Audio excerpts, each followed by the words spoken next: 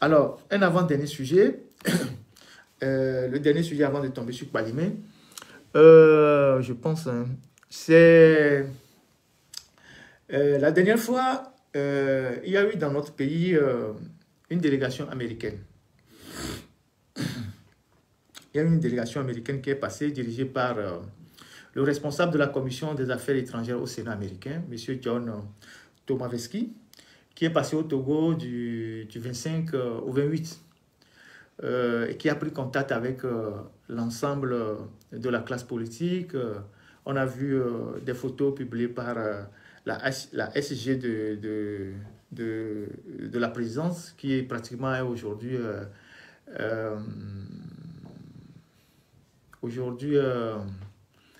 le seul visage qui reste de la gouvernance, parce qu'on ne voit plus le Premier ministre, même si j'ai les affaires courantes. Quand les délégations viennent, c'est Sandra qui les reçoit, et puis on ne voit plus la Première ministre. Donc c'est elle qui a pris les grades et le poids. Et donc, elle les a reçus, après les partis politiques, les organisations de la société civile. Et dès que ce monsieur est remonté dans l'avion pour partir, nos autorités et leurs outils de propagande ont pondu des articles mensongers pour dire que le monsieur a félicité le Togo, d'avoir fait des réformes pour passer au régime parlementaire. Et que les États-Unis félicitent le Togo d'être passé au régime parlementaire.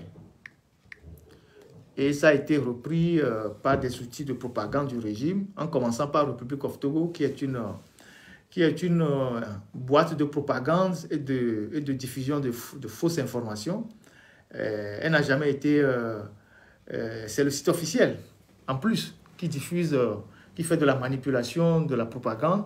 Le site officiel, dirigé par un certain Bruno Finel, Republic of Togo, pour ceux qui ne le savent pas, c'est dirigé par... Bruno Finel, qui est un filleul de Debache, donc qui est en France et qui revient à Lomé juste pour empocher les milliards qu'il engrange dans les grandes sociétés. Il fait de la publicité, il vient, il ramasse l'argent, il donne les miettes à quelques journalistes qui travaillent avec lui et qui l'aident à faire de la pollution médiatique. Et il repart. Donc, ils ont suffisamment d'argent qu'ils ont investi un peu partout dans l'immobilier en France et dans les pays. Et donc, nous qui sommes si souverainistes panafricains, le site officiel qui nous sert d'instrument médiatique, c'est un étranger qui en est le premier responsable, et notamment un blanc. Et donc après, c'est pour aller crier aux Nations Unies que nous sommes fatigués de vous, on est fatigués de ça. Même un site internet officiel d'un pays comme le Togo, c'est un blanc qui le gère et qui diffuse des fausses informations au vu au sud de la HAC. Et donc, lorsqu'ils ont commencé par écrire ce genre d'articles un peu partout, on s'est dit, mais il y a des gens qui ont participé à des réunions et qui n'ont jamais entendu ce monsieur tenir ses propos. Et donc, vérification faite, on se rend compte que M.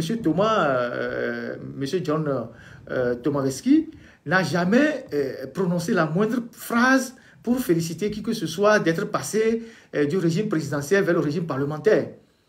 Il a juste dit que il a recueilli les réactions des dirigeants d'opposition, de la société civile, du gouvernement togolais et d'autres parties prenantes et a encouragé l'inclusion de tous les citoyens togolais dans l'élaboration des tests clés.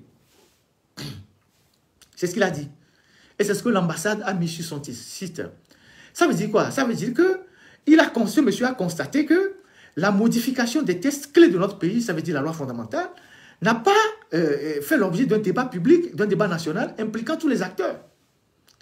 D'où vient que les sites de propagande et les réseaux de propagande du régime se sont pressés de dire oui, il a félicité le Togo parce que le Togo est passé au régime parlementaire. Voilà comment le régime est en train de berner les gens. Et ces articles ont suscité beaucoup d'indignation dans certains milieux. Les gens se sont dit, mais on n'est pas sérieux. Donc, nous, on est allé à l'information, on est revenu là-dessus pour dire que ce monsieur n'a jamais tenu ses propos. Il n'a jamais tenu ses propos. Au contraire, il demande aux Togolais de réviser les tests si révision il y a de manière consensuelle. Voilà comment le régime, lui-même se ridiculise, hein, dans le monde. Et voilà le message qu'on envoie aux gens. Donc, dans la foulée de cette visite-là,